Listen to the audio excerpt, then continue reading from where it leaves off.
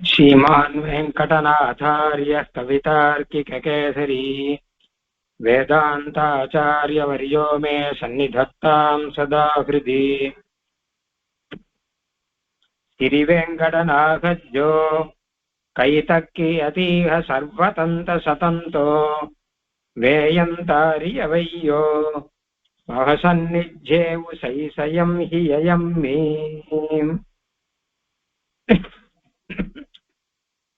नमः तियसाननाहं सत्यं दाधान अच्युयं टिरजोयिं गलुननयि तडतमालम् अहिन्दनयरो सहाय लेखगइन्दम् எம்பெருமான் அச்சுதன்கிற திருநாமத்திலே இருக்கக்கூடியவன் சம்சாரத்திலே இருப்பவர்களுக்கு மோட்சத்தை கொடுப்பதற்காக எம்பெருமான் முதலில் இருந்தே அவன் பிரயாசப்பட்டு கொண்டிருக்கிறான். அதனாலே அச்சுவனுடைய அனுகிரகத்தினாலே சரணாகதி செய்பவர்கள் சுலபமாக மோட்சத்தை பெறுகிறார்கள் அப்படிங்கிற விஷயத்தை எல்லாம் பார்த்தோம். இந்த மோட்சத்தை பெறாமல் யார் இருக்கிறார்களோ அவர்கள் எல்லாம் தேவலோகத்திலே தேவர்களுக்கு பசு போல மாடு போல உழைக்கும்படியான ஒரு நிலையை பெறுகிறார்கள். இன்னைக்கு 68வது ஸ்லோகம் பார்க்க போறோம். 68, 69 இந்த ஸ்லோகங்கள்ல எல்லாம் எப்படி பெருமான் சம்சாரிகளான ஜீவர்களுக்கு மோட்சத்தை கொடுப்பதற்கு வழியை ஏற்படுத்தி கொடுக்கிறான் அப்படிங்கிற விஷயத்தை பார்க்க போறோம். முதல்ல இருந்தே ஆரம்பத்திலிருந்தே பெருமாள் தான் எல்லாத்தையுமே செய்யறான். அதுல முதல் ஸ்லோகம் 68வது ஸ்லோகம் மோகந்தர மகன்னவ முஜ்ஜிய மாயா மகாரயணி பச்சூஹோ அச்சுய துஜ்ஜ கடக்கோ விமுக்திபத்தான தம்ம பரியரபந்தோ மோகாந்தகார மகார்ணவ மூர்ச்சித மாயா மகாரஜனி பிரத்யூஷः அச்சுத தவ கடாட்சः விமுக்தி பிரஸ்தான பிரதம பரிகரபந்தः. இந்த சம்சாரம் அப்படிங்கிறது ரொம்ப தீர்க்கமானது. இதிலிருந்து ஒருவன் வெளியில வரான் அப்படிங்கிறது அத்தனை சுலபம் கிடையாது. ஏதோ இந்த ஊருக்கு போனேன் அங்கேருந்து வந்தேன் அப்படிங்கிற மாதிரி கிடையாது. ஏதோ ஜெயில இருந்தவன் வெளியில வந்த மாதிரி கிடையாது. இது ரொம்ப தீர்க்கமானது. அனாதி காலமா சம்சாரத்தில் இருந்துருக்கோம். எத்தனை கல்பங்கள் எல்லாம் கடந்து விட்டன. அப்படி இருக்கச்சா திடீர்னு ஒரு விசேஷத்துல ஒரு கால விசேஷத்துல நமக்கு மோட்ச மார்க்கம் கிடைக்கிறது. மோட்ச உபாயம் பண்ண பெறுகிறோம். இதுக்கு காரணமாக என்ன இருக்கு?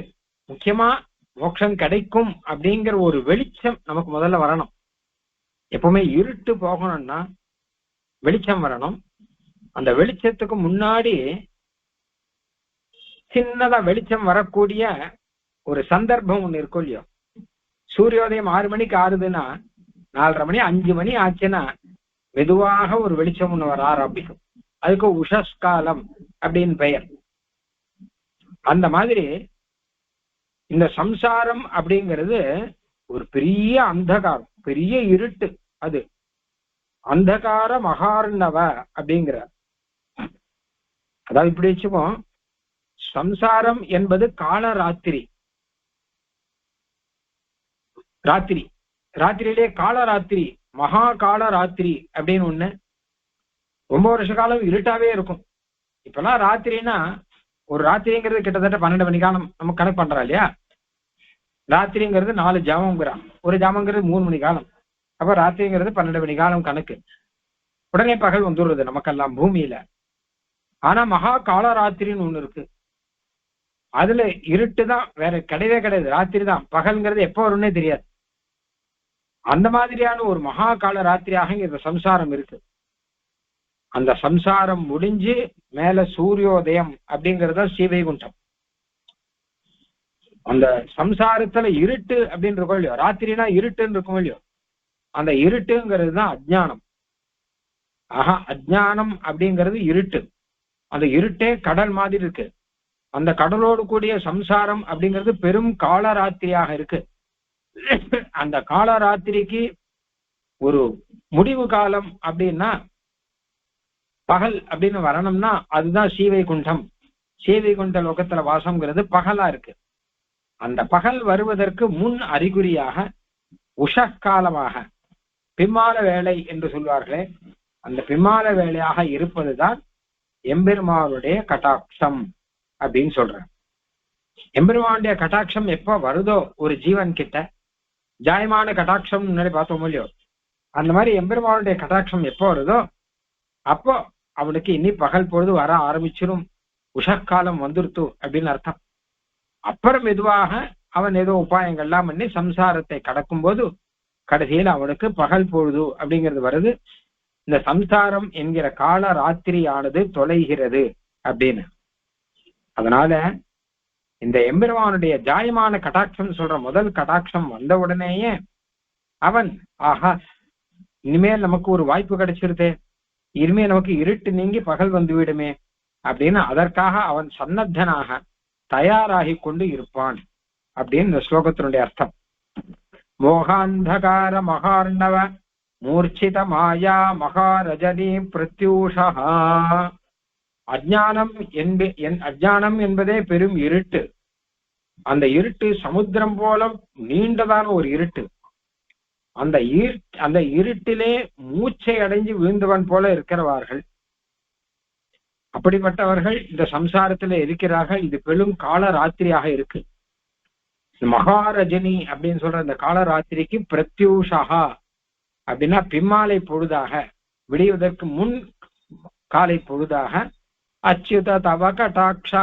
அச்சுதா உன்னுடைய கட்டாட்சம் அப்படி இருக்கு அப்படின்னு. விமுக்தி பிரஸ்தான பிரதம பரிகரபந்த. மோட்சம் போவதற்கான முதல் ஏற்பாடாக இது ஆகிறது அப்படின்னு அர்த்தம். முன் காலத்தெல்லாம் இப்படியே வழிபோக்கர்கள்லாம் பிரயாணமா போறவாள்லாம் நடந்து போறவாள்லாம் ராத்திரி இருட்டாச்சுன்னா எங்க தங்கிடுவோம். ராத்திரி கும் இருட்டுல எங்க போக முடியும்? இருட்டுல காணாமனா காட்டு எல்லாம் போனோம்னா மிருகங்கள்லாம் துஷ்ட மிருகங்கள்லாம் இருக்கும், துஷ்டர்கள் இருப்பார்கள், துஷ்ட மிருகங்கள் இருக்கும், துஷ்ட பேய் பிசாச்சி எல்லாம் இருக்கும். அதனால இருட்டுல போக மாட்டான். கொஞ்சம் இருட்டாச்சுன்னா அப்படியே ஒரு இடத்துல எந்த ஊரோ அந்த ஊர்ல தங்கிடுவா. அங்க போய் அனுஷ்டானத்தை பார்த்து அங்க தங்கிட்டு பின்னால கிளம்பி போனோம். அப்போ என்ன கடிகாரமா அதெல்லாம் ஒண்ணும் கிடையாது. பின்னால லேசா கிழக்கு பக்கம் வெளிச்சம் வரும் போல இருந்ததுன்னா உடனே கிளம்பிடுவோம். உடனே அடுத்து கிளம்பி அடுத்த ஊர்ல எங்கேயாவது அதுக்குள்ள போய் அங்க போய் நம்ம அனுஷ்டானத்துக்குள்ள போயிடணும் அப்படிங்கிறதுக்காக கிளம்பிடுவான். இப்படிதான் யாத்திரையெல்லாம் பண்ணுவான். அந்த மாதிரி மோட்சம் அப்படிங்கிறது இந்த இருட்டு நீங்கி நம்ம போக வேண்டிய இடம். சீவைகுண்டத்துல பகல் தானா, இருட்டுங்கிறதே கிடையாதாம். சீவைகுண்டத்துல ஞானம் தானா, அஜ்ஞானம்ங்கிறதே கிடையாதாம். அப்ப அது போவதற்கு ஒரு பிரத்யூஷ சமயம் மாதிரி, ஒரு பின்மாலை பொழுது மாதிரி எம்பெருமானுடைய கட்டாட்சம்ங்கிறது இங்க வந்திருக்கு. உடனே அது வந்த உடனே நம்ம கிளம்பிடலாம், நாம் போய் எப்படியாவது பகலை போய் சேர்ந்து விடலாம் அப்படின்னு இவன் கிளம்பிடுவான். அதனால்தான் அச்சுத தவ கட்டாட்சா. அச்சுதா உன்னுடைய கட்டாட்சமானது விமுக்தி பிரஸ்தான பிரதம பரிகரபந்தா. மோட்சத்துக்கான பிரஸ்தானம்னா புறப்பாடுன்னு அர்த்தம்.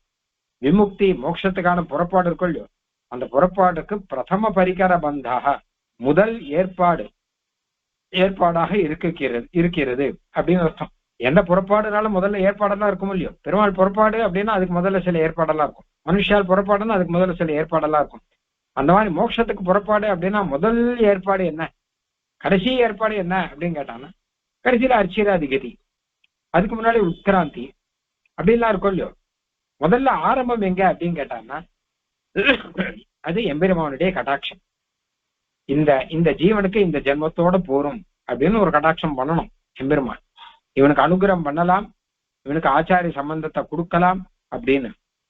இந்த கட்டாட்சம் ரொம்ப விசேஷமானது அப்படிங்கிறத ரகசிய திரைசாரத்துல தேசியம் சாதிக்கும் போது ஈஸ்வரஸ்ய சௌஹார்தம் எதிர்ச்சா சுகிருதம் ததா விஷ்ணோ கட்டாட்சம் அத்வேஷம் ஆபிமுக்கியஞ்ச சாத்விகைஹி சம்பாஷணம் ஷடேதானி ஹியாச்சாரிய பிராப்திஹேதவகான்னு சொல்ற.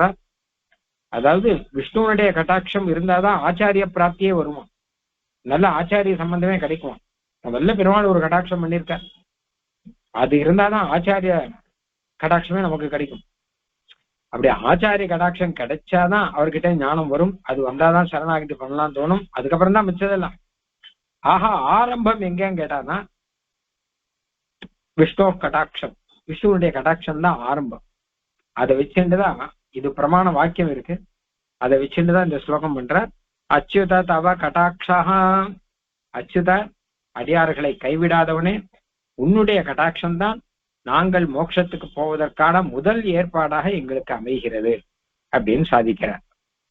அந்த மோட்சம்ங்கிறத அழகாக பகலாக வச்சு, சம்சாரம்ங்கிறத கால ராத்திரியாக வச்சு, அந்த ராத்திரியில இருக்கக்கூடிய இருட்டு அப்படிங்கிறத மோகாந்தகாரம், மோகம் அதாவது அஜ்ஞானம், அஜ்ஞானம்ங்கிற இருட்டாக அதை சாதிக்கிறார்.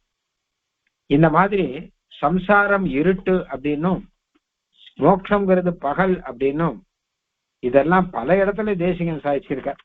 இங்க மாத்திரம் இல்ல, ஆச்சாரிய சம்பந்தம் ஏற்படுவதற்கு முன்பு உள்ள அனாதி காலம் யாவும் ஒரு காலராத்திரியே, ஆச்சாரிய சம்பந்தம் ஏற்பட்டதும் விடிவு காலம், மோட்சம் சென்றால் ஒரு பகலாய் உணர்த்தி அப்படின்னு தேசிகன் சில்லற ரகசியத்துல ரகசிய ரத்னாவளியில, ரகசிய ரத்னாவளி ஹிருதயம் அதுல சாதிக்கிற. இங்க இப்போ முதல்ல ஆச்சாரிய சம்பந்தத்துக்கு முன்னாடி இருக்கிறதெல்லாம் காலராத்திரின்ட்ட, அதுக்கப்புறம் விடிவு காலம், அதுக்கப்புறம் கடைசியில பகல்.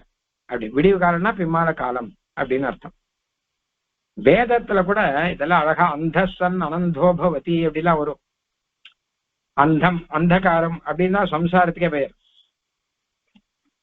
அப்புறம் எம்பெருமானுடைய கடாட்சத்தை பத்தி தான் ஜாயமானம் ஹி புருஷம் எம் பசியன் மதிசூதனா சாத்விக சது விஜ்ஞேய சவை மோக்ஷார்த்த சிந்தகா அப்படின்னு ஜாயமான கடாட்சம் அப்படின்னு சொன்னார். சங்கல்ப சூரியோதயம்ங்கிற நாடகத்தை கூட தேசிகன் என்ன சொல்ற, முன்னாடி சம்சாரங்கிறது இருட்டு, அந்த இருட்டு போகணும்னா சூரியோதயம் வரணும். எம்பெருமானுடைய சங்கல்பம் தான் சூரியோதயம் அப்படின்னு அதை வச்சுட்டுதான் சங்கல்ப சூரியோதயம்ங்கிற பேர் வச்சிருக்க. அதுக்கு முன்னாடி பிரபோத சந்திரோதயம்னு ஒரு புஸ்தகம், அது அத்வைத்தி ஒருத்தர் பண்ணார். அவரு சம்சாரங்கிறது இருட்டு, இதுல ஞானம்ங்கிறது சந்திரோதயம் அப்படின்னு அந்த இருட்டுல போகிறதுக்கு சந்திரோதயம்னு சொன்னார். ஆனா தேசிகன் என்ன பண்ணார், இருட்டுல சந்திரோதயம் இருந்தா இருட்டு போகாது, இருட்டு பாட்டுக்கு இருந்துட்டு தான் இருக்கும். அதாவது இருட்டு கொஞ்சம் போகுமே தவிர மொத்தமா போகாது. ராத்திரிங்கிறது போகாதே, கடைசியில சந்திரன் தான் போகணும். அதனால சூரியோதயம் ஆனாதான் ராத்திரிங்கிறது போகணும். ராத்திரி காலத்துல சந்திரன் நித்தியமே ராத்திரி முழுக்க 12 மணி காலம் சந்திரன் இருப்பாங்கிறது கிடையாது. அது ஒவ்வொரு நாளும் கூடும் குறையும், கிருஷ்ணபக்ஷத்துல குறையும், சுக்லபக்ஷத்துல கூடும், இப்படிலாம் கணக்கு உண்டு இல்லையோ. பௌர்ணமிக்கு வேணா பூர்த்தியா இருப்பான், மற்ற நாள்ல முன்ன பண்ணதான் இருப்பான். ஆனா சூரியோதயம் வந்தா இருட்டு போயிடுமோ இல்லையோ. அதனால சங்கல்ப சூரியோதயா, அதாவது இந்த சம்சார இருட்டுல நமக்கு வர ஞானம்ங்கிறது சந்திரோதயம். ஆனால் எம்பெருமான் நம்மளை கடாட்சம் பண்ணி சங்கல்பம் பண்றாங்கிறது சூரியோதயம் அப்படின்னு சாதிக்கிற. நமக்கு வர ஞானங்கிறது சம்சாரத்துல சந்திரோதயம் அளவு தான் உபயோகப்படும். அது ராத்திரியை போக்குறதுக்கு உபயோகப்படாது. ராத்திரில அப்படியே இருந்துட்டு இருக்கும், அவ்வளவுதான். ஆனா எம்பெருமான் நம்மளை கடாட்சம் பண்றான், அனுகிரகம் பண்றான் அப்படிங்கிறது சூரியோதயமாக இருக்கும்.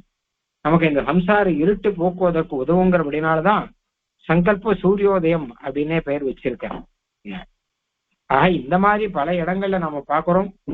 சம்சாரத்தை பலவிதமாக உருவகப்படுத்தி சொல்வார்கள். சம்சாரங்கிறது சமுத்திரம் அப்படின்வா, சம்சாரங்கிறது மகா வெயில் அப்படின்வா, சம்சாரங்கிறது பெரும் காடு அப்படின்வா, சம்சாரம் மறு காந்தாரே துர்வியா அதிவியாகிரபீஷனே, நிறைய சிங்கம் புலி எல்லாம் இருக்கக்கூடிய காடு பயங்கரமா இருக்கு அப்படின்னு சொல்லுவா. சம்சாரங்கிறது சமுத்திரம், பெரிய சமுத்திரம், கரை பார்க்க முடியாத சமுத்திரம் அப்படின்னு சொல்லுவா. சம்சாரங்கிறது அக்னி அப்படின்னு சொல்லுவா, ஒரு தீக்குள்ள மாட்டினா மாதிரி அப்படின்வா. இந்த மாதிரி பல விதமாக மொத்தமாக சொன்னா பெருந்துக்கம், மீண்டு வர முடியாத துக்கம். ஒரு காட்டு தீல நடுவில் மாட்டின்ட்டான்னு வச்சுக்கோங்க, அப்ப என்ன பண்ண முடியும்? காட்டு தீங்கிறது சுத்தி வந்துடும். இவனுக்கு எந்த பக்கம் போனாலும் காட்டு தீலேருந்து தப்பிச்சு வர முடியாது. முன் காலத்தெல்லாம் காட்டுல போய் இருக்கோம்னா காட்டு தீயில மாண்டவர்கள்லாம் நிறைய பேர் உண்டு. நான் சொல்ல முன்காலம்னா இப்போ 100-200 வருஷம் முன்னாடி இல்ல, பழைய காலத்துல 2000-3000 வருஷம் முன்னாடி எல்லாம் காட்டுக்கு போயிடுவா. கடைசி காலத்துல காட்டுக்கு போயிடுவாங்கலாம். அங்க போனா எப்படி மரணமோ எப்படியோ நடக்கும், அது ஏதோ ஒரு இடத்துல மரணங்கிறது நடக்கும், அதை பத்தி கவலைப்பட மாட்டான். ஆக அப்படி இல்லாம இருக்கு சம்சாரம். அப்படி விதமா சொல்லச்சு அதுல ஒண்ணு சம்சாரங்கிறது கும் இருட்டு, மகா இருட்டு அப்படிங்கிற. ஏன்னா இருட்டுல இருக்கவனுக்கு எப்படாப்பா உதயமாகும் தானே தோணும், எப்ப வெளிச்சத்தை பார்க்க போறோம் அப்படின்னு தானே தோணும். அப்படி இருக்கக்கூடியது. அதுல காலராத்திரின்னு சொல்றார். காலராத்திரின்னா எங்கடா பிரளய காலத்துக்கு முன்னாடி ஒரு ராத்திரி ஒண்ணு இருக்கும், அது மொத்தம் இருட்டாவே, ஒரு நாள் 2 நாள்லாம் கிடையாது, எத்தனையோ வருஷ காலமா இருக்கும். அந்த மாதிரி இது ஒரு காலராத்திரியா சம்சாரம். ஏன்னா அனாதி காலமா இருக்கிற அப்படின்னால. மோகாந்தகார மகார்ணவ மூர்ச்சித மாயா மகாரஜனி பிரத்யூஷா. மோகம் அஜ்ஞானம் என்பதே அந்தகாரம், அதுவே ஒரு இருட்டு. அந்த இருட்டு மகார்ணவம், பெரிய சமுத்திரம் போல இருக்கு. இருட்டு சமுத்திரம், ஜலத்தினால சமுத்திரம் பாக்குற மாதிரி இருட்டுனால ஒரு சமுத்திரம் உள்ளுக்குள்ள நம்ம மாட்டின்னு இருக்கோம் அப்படின்னு வச்சுக்கோங்க. மகா சமுத்திரம், அதுல மூர்ச்சித மாயா மகாரஜனி பிரத்யூஷா, அதுல மூர்ச்சை அடைஞ்சிருக்கான் நம்மளவெல்லாம். அதுல மாயா அப்படின்னா பிரகிருதி பந்தம், இதுதான் சம்சார பந்தம் சொல்லிட்டு இருக்கனால இந்த பிரகிருதி பந்தம் அப்படிங்கிற மகாரஜனி பெரும் ராத்திரி, பெரும் இரவு. ரஜனின்னா இரவு, ராத்திரி. பெரும் மகாரஜனி அப்படின்னா காலராத்திரி. அதுக்கு பிரத்யூஷா, அதுக்கு விடியற்காலைக்கு முன்னாடி இருக்கக்கூடிய பின்மாலை பொழுதாக இருக்கக்கூடியது. எது? அச்சுத தவ கடாட்சா. அச்சுதா உன்னுடைய கடாட்சம் தான் எங்களுக்கு அந்த இருட்டு போவதற்கு முன்னறிவிப்பு மாதிரி, ஒரு பிம்மால வேலை மாதிரி, பிம்மால வேலை வெளிச்சம் மாதிரி இருக்கு. அப்புறம் நாங்க உன்னுடைய கடாட்சம் எங்களுக்கு என்ன இருக்குன்னு கேட்டா, விமுக்தி பிரஸ்தான பிரதம பரிகரபந்தா. நாங்கள் மோட்சத்துக்கு புறப்பாடு ஆகி போறதுக்கு எங்களுக்கு முதல் பரிகர பந்தமாக, முதல் ஏற்பாடாக. அதாவது ஒரு ஊருக்கு போறோம்னா முதல்ல ஏற்பாடு பண்ண முடியும், ஏதாவது எடுத்து வச்சுக்கணும் இல்லையோ. ஏதாவது ஊருக்கு போறோம்னா என்ன எடுத்து வச்சு, துணி பண்ணி எடுத்து வச்சுக்கணும், இல்ல நம்ம எதுல போறோமோ அதுக்கான ஏற்பாடெல்லாம் எடுத்து வச்சுக்கணும் இல்லையோ. அந்த மாதிரி நமக்கு முதல்ல ஆரம்பம் இதுதான், முதல் ஏற்பாடாக இது இருக்கிறது. விமுக்தி பிரஸ்தான பிரதம பரிகரபந்தா அப்படின்னு இந்த இடத்துல சம்சாரம் அப்படிங்கிற பத்தி சொல்றத சுருக்கமா மாயான்னு சொல்லியிருக்கார். மாயாந்து பிரகிருதி, இது வேதம் வச்ச பெயர். இந்த பிரகிருதி பந்தத்துக்கு மாயா அப்படின்னு வேதம் பெயர் வச்சிருக்கு. இதனால பெருமாளுக்கு மாயின்னு ஒரு பெயர் உண்டு. ஏன்னா அவன் தான் இந்த பிரகிருதி ஏற்பாடு பண்ணி இந்த சம்சாரத்துல எல்லாரையும் வச்சிருக்கிறதே பகவான் தானே. அதனால மாயாம் து பிரகிருதி வித்யாத் மாயினம் து மகேஸ்வரம். மகேஸ்வரனான பெருமான் மாயி, இந்த பிரகிருதி பந்தம் தான் மாயா அப்படின்னு. ஆச்சரியமா இருக்குன்னு அர்த்தம். மாயானா நம்மளை மோகிக்க வைத்துக் கொண்டு ஆச்சரியமாக இருக்கிறது. யவனிகா மாயா ஜெகன்மோகினி அப்படின்லாம் சொல்றாரு இல்லையோ ஆள வந்தார். அது மாதிரி இந்த மாயா அப்படிங்கிறது இந்த பிரகிருதி, அதாவது பஞ்சபூதங்கள், இந்த சரீரம், போக்கிய வஸ்துக்கள் எல்லாம் நிறைந்த இந்த சம்சார லோகம் அப்படிங்கிறது தான் மாயா. இதுலதான் நம்ம மோகிச்சு இங்கேயே இருந்துட்டு இருக்கோம். இதே இருட்டுன்னு சொல்றாரு அப்படின்னா, டிவி கொண்டத்தை பார்க்க போக இது வெறும் அஜ்ஞான இருட்டுல கிடக்கிறது. எங்க அங்க நல்ல ஞானங்கள் வரும், இங்க நமக்கு ஞானங்கள்லாம் ஒண்ணும் கிடையாது. அதனால அஜ்ஞான இருட்டல் இருக்கிற அப்படின்னால இதுக்கு மோகாந்தகாரம் அப்படின்னு பெயர். இதுக்கு மாயான்னு ஏன் பெயர் அப்படின்னா, மாயானா ஆச்சரியமானது அப்படின்னு அர்த்தம். பிரகிருதி ரொம்ப ஆச்சரியமா இருக்கான். என்னன்னா ஆச்சரியமான சிருஷ்டியை பண்றது, நல்ல பல விதமாக போக்கிய வஸ்துக்கள்லாம் உண்டாக்குறது, ஆச்சரியமா நம்மளை பிடிச்சு கட்டுப்படுத்தி வைக்கிறது. அதனால மாயா அப்படின்னு இருக்கு பெயர். மூர்ச்சித மாயா மகாரஜனி பிரத்யூஷா. பிரத்யூஷம் அப்படின்னா விடியற்காலை காலத்துக்கு பிரத்யூஷம். அச்சுத தவ கடாட்சா விமுக்தி பிரஸ்தான பிரதம பரிகரபந்தா மோக்ஷ சுகருக்க மூலம் மோக ஜராயுர மகாரசாயன பவரம் சயல குசலேக்க கேத்தம் கிங்கர சச்ச சுக கித்தனம் அமயனிகம் மோக்ஷ சுக விருக்ஷ மூலம் மோக ஜராதுர மகாரசாயன பிரவரம் சகல குசலைக க்ஷேத்திரம் கிங்கர சத்ய தவ கீர்த்தனம் அமிர்த நிபம். எம்பெருமான் கடாட்சம் பண்றான் அப்படின்னு பார்த்தோம். அது பெருமாள் பண்ற கடாட்சம். நம்ம கிட்ட இருந்து முதல்ல என்ன ஆரம்பம் அப்படின்னு பார்க்கணும். பெருமாள் கிட்டே முதல்ல கடாட்சம் பண்றான், ஆரம்பிச்சுட்டான். நாம முதல்ல எங்க ஆரம்பிக்கிறோம்? எடுத்த உடனே சரணாகதி அப்படிங்கிறதால யாருக்கும் வைக்காது. சரணாகதி மோட்சம் அப்படிலாம் கிடைக்காது. கொஞ்சம் கொஞ்சமான ஸ்டெப் பை ஸ்டெப்பா தான் வரணும். ஆச்சாரி சம்பந்தம் வரணும், ஞானம் வரணும், சரணாகதி பண்ணிக்கிறங்கிற எண்ணம் வரணும். அதுவே நிறைய பேருக்கு வரமாட்டேங்குது. இதெல்லாம் வரணும்னா இதுக்கெல்லாம் முன்னாடி மூலமாக முதல்ல நமக்கு எங்க ஆரம்பம் அப்படின்னு கேட்டா, பெருமாளுக்கு ஆரம்பம் அவர் பண்ற கடாட்சத்துல ஆரம்பம். அந்த கடாட்சத்தினாலே ஒரு நல்ல பிறப்பு நமக்கு இருக்கு. நமக்கு ஆரம்பம் எங்கன்னா தவ கீர்த்தனம், எம்பெருமானுடைய நாம கீர்த்தனத்துல ஆரம்பம்.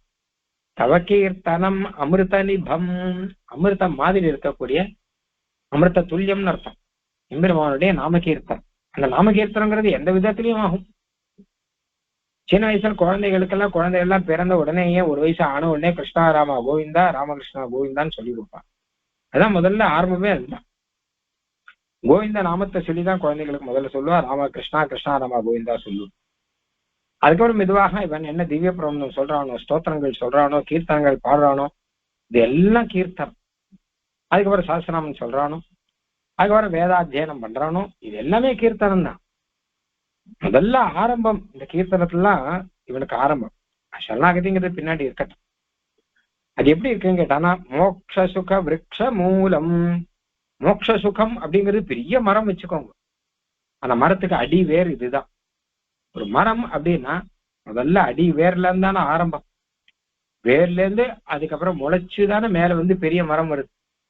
மோட்சங்கிறது மகாவிருக்ஷம், பெரிய விருட்சம்னு வச்சுக்கோங்க. நமக்கு அதுக்கு முதல் வேராக இருக்கக்கூடியது, இந்த வேரை விதைத்தவன் எம்பெருமான் தான். அதைத்தான் பார்த்தோம் கடாட்சம் அப்படின்னு. அந்த வேராக இருக்கக்கூடியது இந்த கீர்த்தனம். மோக்ஷ சுக விருக்ஷ மூலம் மோக ஜராதுர மகாரசாயன பிரவரம். இந்த மோகம், சம்சார மோகம் அப்படின்னு பார்த்தோம், அஜ்ஞானம், இது போறதுக்கான ஒரு பெரிய ரசாயனம், மருந்து. ரசாயன பிரவரங்கிற சிரேஷ்டமான மருந்து எது? இந்த நாமகீர்த்தனம் அப்படிங்கிறது ரொம்ப ரொம்ப சிரேஷ்டமான ஒரு மருந்தாக இருக்கக்கூடியது. சகல குசலைக க்ஷேத்திரம், சகல விதமான குசலங்களையும் க்ஷேமங்களையும் கொடுக்கக்கூடியது. மோட்சம் கொடுக்கும் மட்டுமல்ல, இங்கே இந்த சம்சாரத்திலே இன்னும் பல விதமான குசலங்கள் எல்லாத்தையும் கொடுக்கக்கூடியது. கிங்கர சத்யா தாச சத்தியனே அடிவர்க்கமையனே தவ கீர்த்தனம் அமிர்த நிபம். உன்னுடைய நாம கீர்த்தனத்துக்கு இத்தனை பெருமை இருக்கே. இது அமிர்த நிபம் அப்படின்னா ரொம்ப அமிர்தமாக இருக்கு, போக்கியமாக இருக்கிறது அப்படின்னு இந்த விஷயம் நம்ம கிட்ட இருக்கக்கூடிய முதல் விஷயம் நாமகீர்த்தனம் அப்படிங்கிறது. மாதவன் பேர் ஓதுவதேன்னு ஆழ்வார்லாம் சொல்றாரு இல்லையா? அச்சுதா நின் நாமங்கற்ற அப்படின்லாம் சொல்றாரு இல்லையா? ஆனா நாமகீர்த்தனம் தான் எல்லாத்துக்குமே ஆரம்பம். குழந்தைகளுக்கெல்லாம் முதல்ல அதுதான் ஆரம்பம். ஏன்னா குழந்தைகள்கிட்ட போய் நம்ம சரணாகத்தின்னு சமாசேனம்னா இல்ல காலக்ஷேபம்னா இதே சொல்ல முடியும். முதல்ல நாம ஹரே ராம சொல்லுன்னா முதல்ல ஆரம்பிப்போம். அதுக்கப்புறம் மெதுவா சீமான் வெங்கட சொல்லு அப்படின்னு, பல்லாண்டு பல்லாண்டு சொல்லு அப்படின்னு ஆரம்பிப்போம். ஆனா நாம கீர்த்தனத்துலதான் மொத்தமுமே இருக்கு. ஸ்ரவணம் கீர்த்தனம் விஷ்ணு ஸ்மரணம் பாதசேவனம். அழகா பாகவதத்தில் சொல்லும்போது முதல்ல ஸ்ரவணம், அடுத்தது கீர்த்தனம், அதுக்கப்புறம் தான் ஸ்மரணமே. பகவானை பத்தி ஸ்மரிக்கணும் குழந்தைக்கு தெரிஞ்சா ஸ்மரிக்க தெரியுமா? பகவான் நினைச்சுக்கணும் நினைக்க தெரியுமா? முதல்ல என்ன கேட்டா கீர்த்தனம் தானே. கீர்த்தனத்துக்கு முன்னாடி சிரவணம், ஏன்னா கேட்டாதானே கீர்த்தனம் பண்ண முடியும். ஆனா குழந்தைகிட்ட சின்ன கதையை, யானை கதை, பிரகலாதன் கதை, இந்த கதையெல்லாம் சொல்லி யானை என்ன கத்திட்டு அப்படின்னா ஆதி மூலமேன்னு கத்திட்டு அப்படின்னா அந்த குழந்தை ஆதி மூலமேன்னு சொன்னா அதான் நாம கீர்த்தனம் அப்படின்னு. ஏன்னா யானை சொன்னது அதுதானே, ஆதி மூலமேன்னு யானை சொல்லிட்டு அப்படின்னு சொல்றாள் இல்லையோ, இதெல்லாம் சொல்லி இருக்கா. பிரகலாதன் என்ன சொன்னார்னா ஹரி ஹரி ஹரின்னு சொன்னார் அப்படின்னு. இதெல்லாம் ஒரு கதைகள் மூலமா சவணம் பண்ண வச்சு, கீர்த்தனம் பண்ண வச்சு அந்த குழந்தைகளுக்கு முதல்ல ஆத்துக்குள்ளேயே காலக்ஷேபம் முதல்ல ஆரம்பம். அம்மா அப்பா பந்துக்கள் மாமாக்கள் யார் யாருக்களோ தாத்தா பாட்டிகள் இவா பண்ணி வைக்கிற காலக்ஷேபம் தான் முதல்ல. ஆச்சாரிய காலக்ஷேபங்கிறது அப்புறம் இருக்கட்டும், ஆச்சாரம் கிட்ட பண்ற காலக்ஷேபம் அப்புறம். அது கடைசியில. இதுதான் முதல். ஏன்னு கேட்டா இது வேர் அப்படிங்கிற சுவாமி தேசிகன். அதெல்லாம் பின்னாடி, அது முளைச்சப்புறம் வருது. இந்த வேர் இல்லைன்னு வச்சுக்கோங்க, அது வராதே.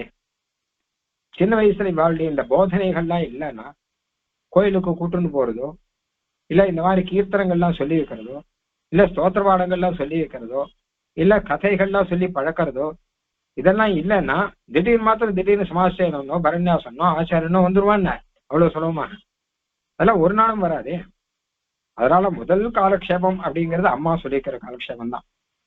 அம்மா அப்பா சொல்லியிருக்கிறது தான் முதல்ல ஆரம்பம் அப்படின்னு. ஏன்னா அதுதான் மூலம் அப்படின்னு. மோட்சம் அப்படிங்கிறது ஒரு மகாவிருட்சம் வச்சுக்கோங்க. மோட்ச சுக விருட்சம். விருட்சம்னாலே சுகம் தானே. தாபம் தீங்கி சுகத்தை கொடுக்கறதான விருட்சம். அதுக்கு மூலம், அதுக்கு அடி வேறாக இருக்கக்கூடியது எம்பெருமானி உன்னுடைய கீர்த்தனம். அதாவது உன்னை பற்றி இந்த குழந்தைகள்லாம் சொல்ற கீர்த்தனம். அதனால்தான் கீர்த்தனம் இருந்தாலே மோட்சம் கொடுக்கும் சொல்றதெல்லாம் இதனால்தான். கீர்த்தனத்தினுடைய பிரபாவத்தை சுவாமி தேசிகன் நிறைய சொல்லியிருக்கார், பல இடங்கள்ல சொல்லியிருக்கார். ஏன்னா கீர்த்தனங்கிறது வேதத்துல சொல்லியிருக்காரு. துவாசோ அஸ்ய கீர யோஜனாசா அப்படின்னு.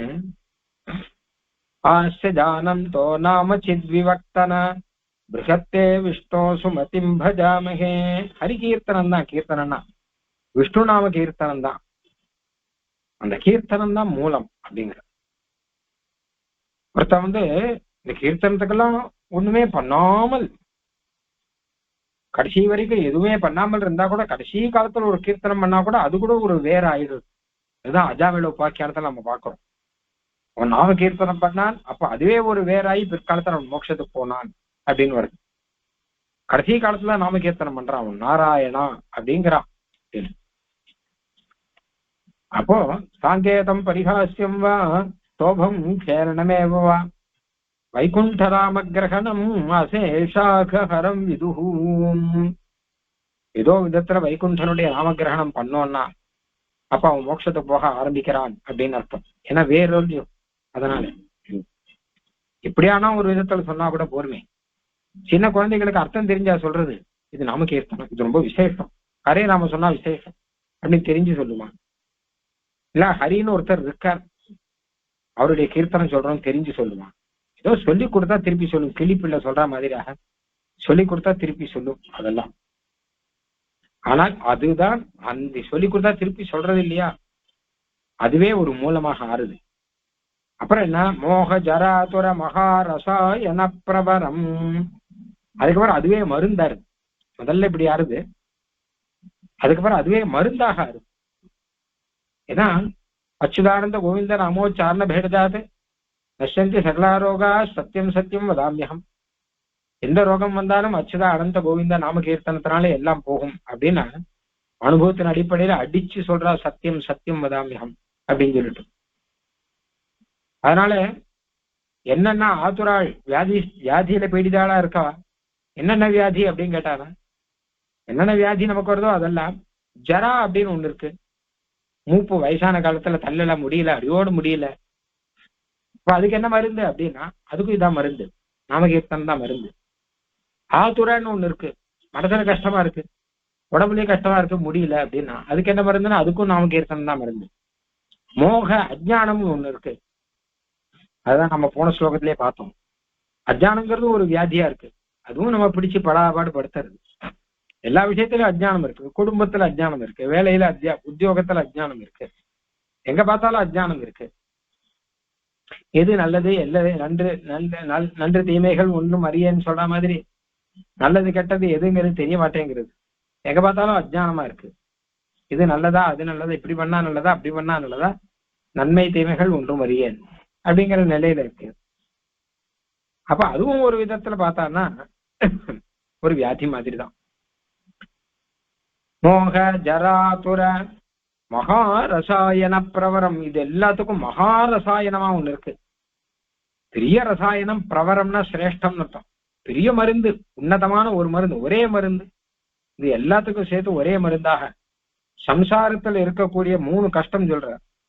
மோகம்னு ஒண்ணு, ஜரான்னு ஒண்ணு. இதனாலே ஆதுரானா கஷ்டப்படுறவன்னு அர்த்தம். அதனால கஷ்டம்னே ஒண்ணு வச்சுக்கோங்க. இவாளுக்கு மகாரசாயன பிரவரம், பெரிய ரசாயனம். அதுலயே சிரேஷ்டமான ஒரு ரசாயனம். ஆயுர்வேதத்துல அவ கலக்கி கொடுக்கிற மருந்துக்கு ரசாயனம்னு பேர் சொல்லுவா. அதனாலதான் அதை சொல்ற. இந்த ரசாயனம் எங்கேருந்து எடுப்பா திரும்ப? வேர்ல இருந்து எடுப்பான். நல்ல வேர்ல இருந்து இலையில இருந்து எடுப்பான். ஆனா வேறதான் முன்னாடி பார்த்தோம் இல்லையோ, விரக்ஷமூலம் அப்படின்னு. அந்த மாதிரி இது மகாரசாயன பிரவரம், ரசாயனங்களுக்குள்ளேயே சிரேஷ்டமான ரசாயனம். ஏன்னா சாதாரண மருந்தெல்லாம் சாதாரணமா ஏதோ கஷ்டங்கள்லாம் ஏதோ அடிபட்டா அதுக்கு ஒண்ணு, வயிற்று வலினா அதுக்கு ஒண்ணு, தலைவலினா அதுக்கு ஒண்ணு, எல்லாத்துக்குமே ரசாயனம் கொடுப்பான். இப்ப எல்லாம் மாத்திரையா வச்சிருக்கோம் இல்லையோ, குளிக்கையா வச்சிருக்கோம். இப்போ முன்காலத்துல எல்லாத்துக்குமே ரசாயனம் தான் இருக்கும். ஆயுர்வேதத்துல எல்லாத்துக்குமே ரசாயனம் தான் கொடுப்பான். கலந்து பாட்டில கலர் கலரா வச்சிருப்பா, அதுல எடுத்து கொடுப்பான். இது ரசாயன பிரவரம்னு போடுற நாமகீர்த்தனங்கிறது. பகவான சொல்ற வெற்புடனோடு ஐந்தையில் வெவ்வினத்தீர் மருந்து ஒன்று அப்படின்னு பெருமாளே மருந்துன்னு சொல்ற. பெருமாள் தான் மொத்தத்துக்கும் மருந்து. மலையில இருக்கிற மருந்தா அவர். ஔஷதகிரியோ இல்லையோ, திருவேந்திபுரத்துல ஔஷதகிரியில ஒரு ஔஷதம்னா மருந்து இருக்கணும் இல்லையோ. இந்த ஔஷதகிரியில என்ன மருந்து இருக்குன்னா ஔஷத பிரவரம், சிரேஷ்டமான மருந்து தேவநாதங்க மருந்து இருக்கு. இது சம்சாரத்துக்கே மருந்துன்னு சொன்னாருங்க. அந்த மாதிரி எம்பெருமானே அச்சுதனே உம்முடைய நாம கீர்த்தனம் இருக்கும் இல்லையோ, அதுதான் ரசாயனம். இது கொஞ்சம் விஷயம் தெரிஞ்சவாளுக்கு மோக ரசாதுர மகாரசாயன பிரவரம், மோக ஜராதுர மகாரசாயன பிரவரம். சம்சாரத்தில் இருக்க கஷ்டத்தை, ரெண்டு கஷ்டத்தை உதாரணமா சொல்லியிருக்க. ஒண்ணு மோகம், ரெண்டாவது ஜரா. ஏன்னா ஜராங்கிறது ஒரு வியாதி கிடையாதுங்கிறோம்.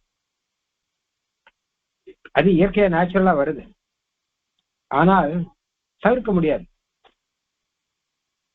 இப்ப வியாதினா அதுக்கு தவிர்க்கிறதுக்கு என்ன வழி என்ன எதுவும் பார்க்கலாம். இது தவிர்க்க முடியாது. இது வந்துடும். வயசாச்சுன்னா 60 வயசு 70 வயசு 80 வயசு ஆச்சுன்னா அதுக்கு ஏத்த மாதிரி உடம்புல தள்ளாமை அப்படிங்கிறது வந்துடும் இல்லையா. அப்புறம் நடக்க முடியாது, அப்புறம் சாதம் ஜெரிக்காது, காது கேட்காது, என்னென்ன உண்டா எல்லாம் வந்துருமே. இப்ப இதுக்கு ஒரு ரசாயனம் உண்டா? நான் இது வரைக்கும் கண்டுபிடிக்கல. முதுமை, ஜரா, அதுல இருந்து விடுபடுறதுக்கு ஒண்ணு கண்டுபிடிக்க. எல்லாரும் வயசாயிட்டுதான் இருக்கா. இன்னும் 25 வயசுல இருக்கா மாதிரி 75 வயசுல இருக்கிறதுக்கு மருந்துன்னு ஒண்ணு கண்டுபிடிக்கல இன்னும். ஆனா அப்படி இருக்கான் இது. ஏன்னு கேட்டாங்கன்னா ஜரா துர, இந்த சம்சாரத்துலான்னு இந்த ஜரா இருக்கு. சம்சாரம்னு இருந்தாலே ஜன்மம்னு இருக்கும், ஜன்மம்னு இருந்தாலே ஜரான்னு இருக்கும், ஜரான்னு இருந்தாலே மரணம்னு இருக்கும். இதெல்லாம் தவிர்க்க முடியாது. ஆனா சீவி கொண்டு போயிட்டா ஒண்ணு கிடையாது. அப்ப ஜராவுக்கு மருந்து சாட்டாச்சுன்னு அர்த்தம். இப்ப ஜராவுக்கு மருந்து கண்டுபிடிச்சது யாருன்னு கேட்டான்னா முதல்ல விரதம். ஏன்னு கேட்டான்னா சீவி கொண்டு போயிட்டா அங்க மூப்பு, வயசான தன்மை அப்படின்னு ஒண்ணு கிடையவே கிடையாது. அதனால அந்த ஜராதுர மகாரசாயன பிரவரம், மகாரசாயனமாக இருக்கக்கூடியது எம்பெருமானுடைய நாமகீர்த்தனாமிருத்தம் அப்படிங்கிறது. மூணாவது சகல குசலைக க்ஷேத்திரம். இல்லை எனக்கு கஷ்டமும் இல்லையே அப்படின்னா, ஒரு கஷ்டமும் இல்லாதவாளுக்கு கூட சகல குசலம், எல்லா வகையான க்ஷேமத்தையும் கொடுக்கக்கூடியது அது நாமகீர்த்தனம் அப்படிங்கிறது. இது மூணாவது விஷயம். கஷ்டப்படுறவாளுக்கு தான் மாத்திரம் இல்லை, கஷ்டப்படாதவாளுக்கு கூட அவளுக்கு இன்னும் நிறைய வேணும்னா, இன்னும் நிறைய ஐஸ்வர்யம் வேணும்னா, இன்னும் உடம்பு திருட காத்திரமா இருக்கணும்னா, இன்னும் என்னென்னமோ க்ஷேமங்கள்லாம் வேணும்னா, அப்போ அதுக்கும் பகவான் நாம கீர்த்தனத்தினால எதையுமே சாதிக்க முடியும். என்ன சாதிக்க முடியும்னா, உலகத்தோட குலம் தரும் செல்வம் தந்திரும் அடியார் படுத்துயர் ஆயனவெல்லாம் நிரந்தரம் செய்யும் நீள் விசும்பொருளும் அருளோடு பெருநிலமளிக்கும் வளம் தரும் மற்றும் தந்திரம். வளம்னா பலம், பெற்றதாயினும் ஆயன செய்யும் நலன் தரும் சொல்லை நான் கண்டுகொண்டேன் நாராயணா என்னும் நாமம். நலன் தரும் சொல்லது நாமகீர்த்தனங்கிறதா நலன் தரும் சொல். சகல க்ஷேமங்களையும் கொடுக்கக்கூடியது. கஷ்டமே இல்லாட்டா கூட க்ஷேமம்னு ஒண்ணு வேணும் இல்லையோ, அதனால அந்த க்ஷேமத்தை கொடுக்கக்கூடியது. க்ஷேமங்கிறது ரெண்டு அர்த்தத்துல இருக்கு. இன்னும் என்ன கேட்டான்னா, இருக்கிறது நல்லா இருக்கணும் இல்லையோ, நமக்கு என்ன கிடைச்சிருக்கிறதோ அது என்னன்னா பத்திரமா இருக்கணும் இல்லையோ, என்ன ஆரோக்கியமோ என்ன புத்தியோ என்னவோ அது கிடைச்சிருக்கிறது நல்லா இருக்கணும் இல்லையோ, அதை கொடுக்கக்கூடியது. அதனால சகல குசல ஏக க்ஷேத்திரம், எல்லா க்ஷேமங்களையும் கொடுக்கக்கூடியதுக்கு ஒரே வழி, ஒரே இருப்பிடம் இதுதான். க்ஷேமம் நன்கு உடைத்து கண்டீங்கிறார் அழுவா. நல்ல க்ஷேமம்னா இங்கதான் இருக்கான். அப்படின்னா சொல்லினும் நன்றாம்னு ஆழ்வார் சொல்ல இல்லையோ. அதாவது நலந்தரும் சொல்லினான் கண்டுகொண்டேன் நாராயணா என்னும் நாமம் அப்படின்னு சொல்லிட்டு துயர்வரில் நினைமின் துயர்லீர் சொல்லினும் நன்றான்.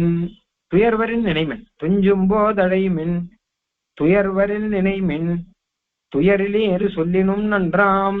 தூங்கும் போது நினைக்குங்கோ, கஷ்டம் வரும்போது நினைங்கோ, கஷ்டமே இல்லாட்டா கூட சொல்லுங்க, நல்லது தானே. ஏன்னா நஞ்சுதான் கண்டேர் நம்முடவினைக்கு நாராயணா என்னும் நாமம் அப்படின்னு சொல்ற மாதிரியாக நாமகீர்த்தனம் இது சகல குசலத்தையும் கொடுக்கக்கூடியது அப்படின்னு 3வது விஷயம். 4வது விஷயம் தவ கீர்த்தனம் அமிர்த நிபம், அமிர்தம் போன்றது.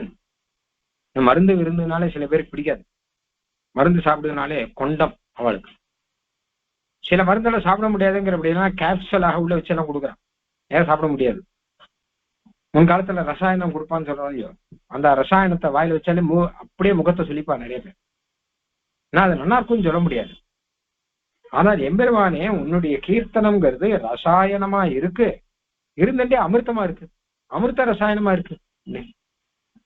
அமிர்தமே மருந்தா இருந்தா எப்படி இருக்கும்? ஆக மருந்தே கசப்பு மருந்தா இல்லாம திதிப்பு மருந்தா இருந்தா குழந்தைகள்லாம் சப்பு கொட்டின்னு சாப்பிடும். திதிப்பு மருந்து இன்னும் கொஞ்சம் வேணும். கசப்பு மருந்தா இருந்தாதான் பாலாடையில போட்டு அதை கையை காலை பிடிச்சு அமுக்கி வாயில புகட்டி எல்லாம் பண்ண வேண்டியதா இருக்கு. திதிப்பு மருந்தா தானே ஓடி வந்து மடியில உட்காந்து வாயை திறக்கும் இல்லையா? அந்த மாதிரி இந்த மருந்துங்கிறது அமிர்த நிபம், வெறும் திதிப்பு மாத்திரம் இல்ல, அமிர்தம் போன்றது. அந்த அமிர்தங்கிற வார்த்தையை சொல்றாரு. ஏன்னா அமிர்தம்னா மோட்சம்னு அர்த்தம். இங்கே மோட்ச ஆனந்தத்தை கொடுக்கக்கூடியது அப்படின்னு அர்த்தம். அப்போ இங்கேயே எப்படின்னா பச்சைமா மலை போல் மேனி பவளவாய் கமலச்செங்கன் அச்சுதா அமரரேரே ஆயிரதும் கொழுந்தே இன்னும் இச்சுவை தவிர யான் போய் இந்திரலோகமானும் அச்சுவை பெறினும் வேண்டே அரங்கமான பொருளானே. இந்த அமிர்தம் இருக்கும்போது வேற எந்த அமிர்தமும் வேண்டாம், அந்த மோட்சம் கூட வேண்டாங்கிறது. மோட்சம் கூட வேண்டாம், இந்த அமிர்தமே இதுவே அமிர்தமா இருக்கேன், இங்கே பகவான் நாமாவை சொல்லிட்டு இருக்கேன் அப்படின்னு.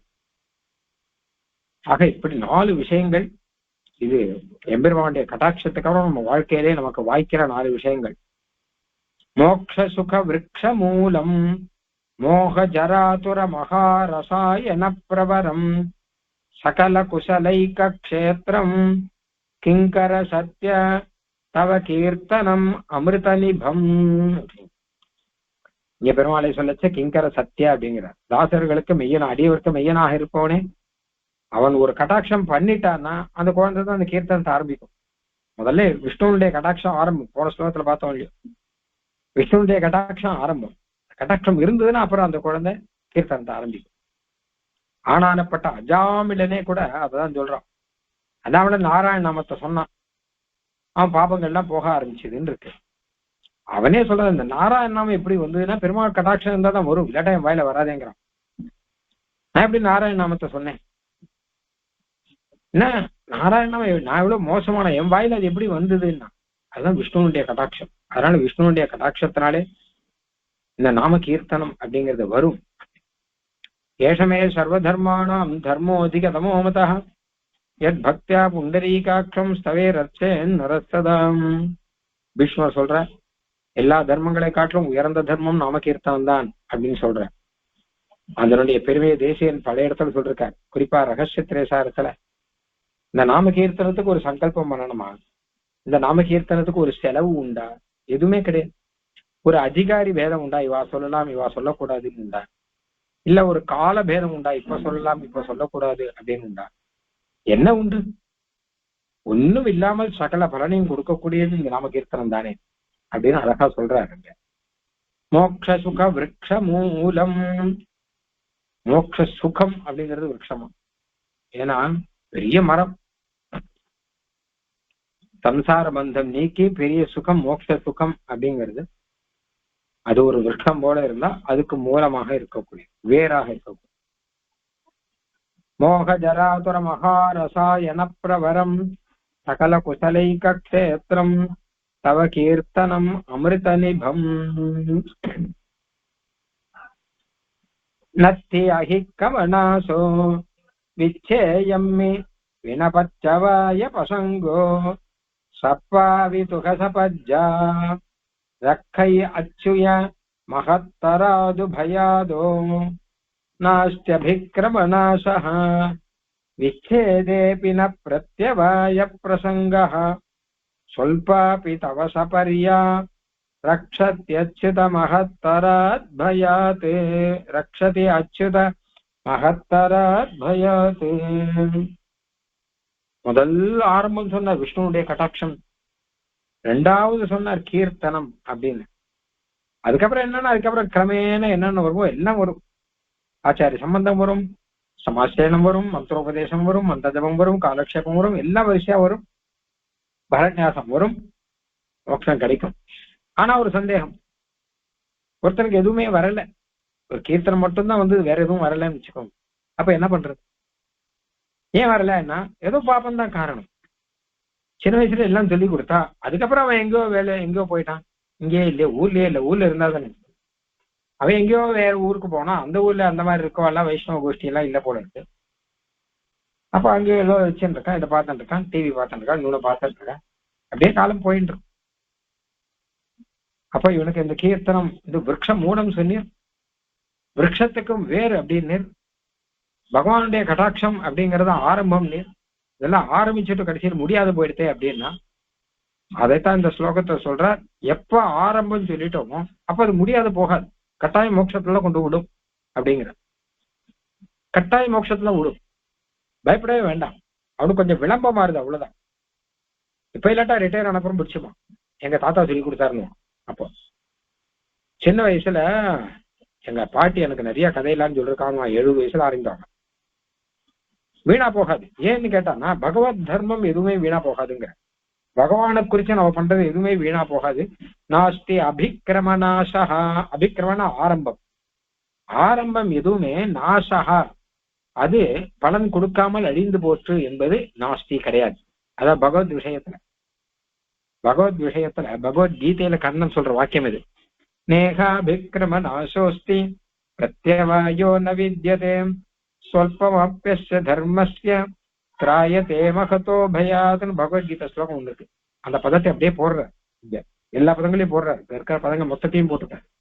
நாம முதல்ல இருந்தே பார்த்துட்டு இருக்கோம், அச்சுவ சதகம் எல்லாமே ஏதாவது பிரமாண ஸ்லோகத்தை வச்சுன்னுதான் வந்திருக்கு. அங்க என்ன கேள்வி வந்ததுன்னா, இந்த கர்மயோகம் பண்ண ஆரம்பிக்கிற ஒருத்தன் பாதியில விட்டுட்டு ஓடி போயிட்டான்னு வச்சுக்கோங்க. ஓடி போயிட்டான், மொத்தத்தையும் விட்டுட்டான். அப்ப அவன் பண்ண கர்மயோகம் வேஸ்ட் தானேன்னு ஒரு கேள்வி வருது. ஏன்னா கர்மயோகம் கஷ்டப்பட்டு பண்ணணும், ரொம்ப கஷ்டப்பட்டு தான் பண்ணான் அவன்.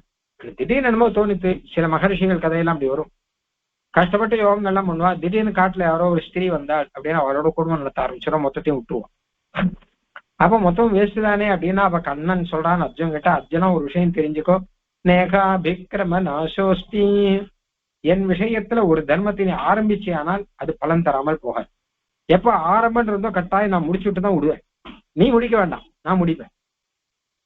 நீ விட்டுடலாம், நான் விட மாட்டேன்.